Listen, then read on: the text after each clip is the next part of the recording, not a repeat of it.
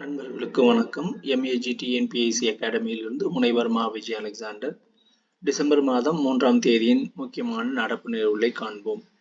வங்கதேசத்தில் நிலவும் சூழல் குறித்து கவலை தெரிவித்த மேற்கு வங்க முதல்வர் மம்தா பானர்ஜி அங்கு இயல்பு நிலையை மீட்டெடுக்க ஐநா அமைதி படையை அனுப்புவது குறித்து ஐநாவுடன் மத்திய அரசு விவாதிக்க வேண்டும் என்று வலியுறுத்தினார். அரசமைப்பு சட்டமானது அரசியல் நிர்ணய சபையால் ஏற்கப்பட்டதன் 75ஆம் ஆண்டு குறிக்கும் வகையில் அதன் மீது நாடாளுமன்ற இரு அவைகளிலும் விவாதம் நடத்த அனுமதிக்க வேண்டும் என்ற எதிர்க்கட்சிகளின் கோரிக்கையை மத்திய அரசு ஏற்றுக்கொண்டது.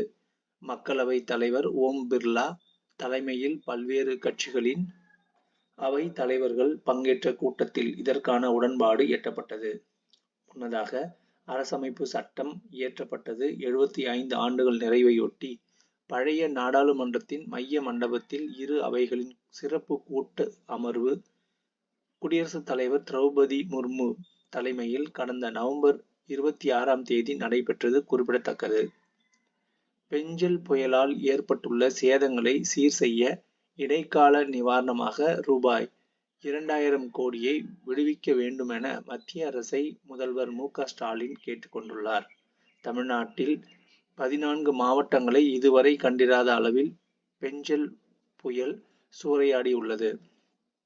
65 லட்சம் குடும்பங்கள் மற்றும் 1.5 கோடி பேர் கடுமையாக பாதிக்கப்பட்டுள்ளனர். விழுப்புரம், திருவண்ணாமலை, கள்ளக்குறிச்சி ஆகிய மாவட்டங்களில் ஒரே நாளில் 500 மில்லிமீட்டருக்கும் அதிகமான மழை பெய்துள்ளது. இது இந்த மாவட்டங்களில் ஒட்டுமொத்த பருவ காலத்தில் பெய்யக்கூடிய சராசரி மழையின் அளவுக்கு இணையானதாகும். இதுவரையிலான கணக்கெடுப்பின்படி 2.1 லட்சம் ஹெக்டேர் வேளாண் நிலங்கள் வெள்ளத்தில் மூழ்கியுள்ளன. பெஞ்சல் புயல் மழைக்கு இதுவரை 12 பேர் உயிரிழந்துள்ளனர். புயல் மற்றும் கனமழையால் பாதிக்கப்பட்ட மாவட்டங்களில் மீட்பு மற்றும் நிவாரண பணிகள் துரிதகதியில் நடந்து வருகின்றன. இந்த பணியில் 38,000 அரசு ஊழியர்களும் 1,12,000 முதல் நிலை மீட்பாளர்களும் மற்றும் தன்னார்வலர்களும் தீவிரமாக ஈடுபட்டுள்ளனர்.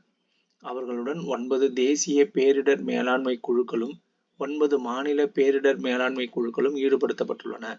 புயல் ஏற்படுத்திய சேதங்களை சீரமைக்க இடைக்காலமாக ரூபாய் 2,475 கோடி தேவைப்படுகிறது என்று முதல்வர் தெரிவித்துள்ளார். தற்போது மக்கள் நல்வாழ்வுத்துறை சார்பில் உலக வாசக்டமி இருவார விழாவையொட்டி ஆண்களுக்கான குடும்ப நல சிகிச்சை முகாம் விழிப்புணர்வு நடைபெற்று வருகிறது. ஆண்களுக்கும் குடும்ப கட்டுப்பாடு அறுவை சிகிச்சை செய்ய முடியும். இந்த அறுவை சிகிச்சையை வாசக்டமி என்கின்றனர். இதற்கு குழாய் அறுப்பு என்று பொருள். உலகளவில் அளவான குடும்பங்களை ஏற்படுத்த ஆண்களுக்கும் குடும்ப கட்டுப்பாடு செய்யலாம் என்கிற விழிப்புணர்வை ஏற்படுத்த அக்டோபர் 18ஆம் தேதியை உலக வாசக்டாமி தினமாக 2013இல் அறிவிக்கப்பட்டுள்ளது. அரசு மருத்துவ கல்லூரி மருத்துவமனை, அரசு மருத்துவமனைகள், அனைத்து வட்டார ஆரம்ப சுகாதார நிலையங்களிலும் ஆண்களுக்கான நவீன தழும்பில்லாத குடும்ப நல சிகிச்சை முகாம் நடத்தப்படுகின்றன. இந்த முகாமில் கலந்து கொண்டு தழும்பில்லாத குடும்ப நல சிகிச்சை பெறும் ஆண்களுக்கு அரசு ஊக்கத்தொகையாக ரூபாய் 1,100 வழங்கப்படுவது வழக்கமாகும். உயிர்கொல்லி நோயான எய்ட்ஸ் நோயை முற்றிலுமாக ஒழிக்க மத்திய, மாநில அரசுகள் பல்வேறு நடவடிக்கைகள் மற்றும் பொதுமக்களிடையே விழிப்புணர்வு ஏற்படுத்துதல் போன்றவற்றை மேற்கொண்டு வருகின்றனர். அரசு மருத்துவ கல்லூரி மருத்துவமனைகளில் HIV தொற்று பாதிக்கப்பட்டவர்களின் உடம்பில் தொற்றின் அளவை தெரிந்து கொள்ள CT4 கருவி மூலம் பரிசோதனை செய்து கூட்டு மருந்து சிகிச்சை அளிக்கும் வசதியும் உள்ளது குறிப்பிடத்தக்கது. தஞ்சாவூரில் உள்ள பிரகதீஸ்வரர் கோயில் இந்திய தொல்லியல் துறையின் மத்திய அரசால் பாதுகாக்கப்பட்ட நினைவு சின்னமாகும். மேலும் இக்கோயில் யுனெஸ்கோ உலகம் பாரம்பரிய இடமாகவும் உள்ளது.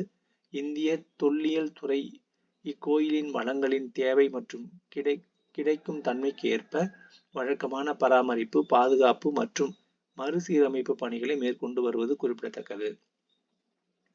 நடைபெற்று வரும் நாடாளுமன்ற குளிர்கால கூட்டத்தொடரில் கடலோர கப்பல் போக்குவரத்து மசோதா, தேசிய கூட்டுறவு பல்கலைக்கழகம் அமைக்க வகை செய்யும் மசோதா, வர்த்தக, கப்பல் போக்குவரத்து மசோதா உள்ளிட்ட 5 புதிய மசோதாக்களை தாக்கல் செய்ய மத்திய அரசு திட்டமிட்டு இருப்பது குறிப்பிடத்தக்கது. தமிழக சட்டப்பேரவை கூட்டத்தொடர் டிசம்பர் 9, 10 ஆகிய இரு நாட்கள் நடைபெறும் என்று பேரவைத் தலைவர் மு. அப்பாவு தெரிவித்துள்ளார். இந்த கூட்டத்தில் டங்ஸ்டன் சுரங்க உரிமத்தை ரத்து செய்ய கோரும் அரசினர் தனி தீர்மானம் கொண்டு வரப்பட உள்ளது குறிப்பிடத்தக்கது.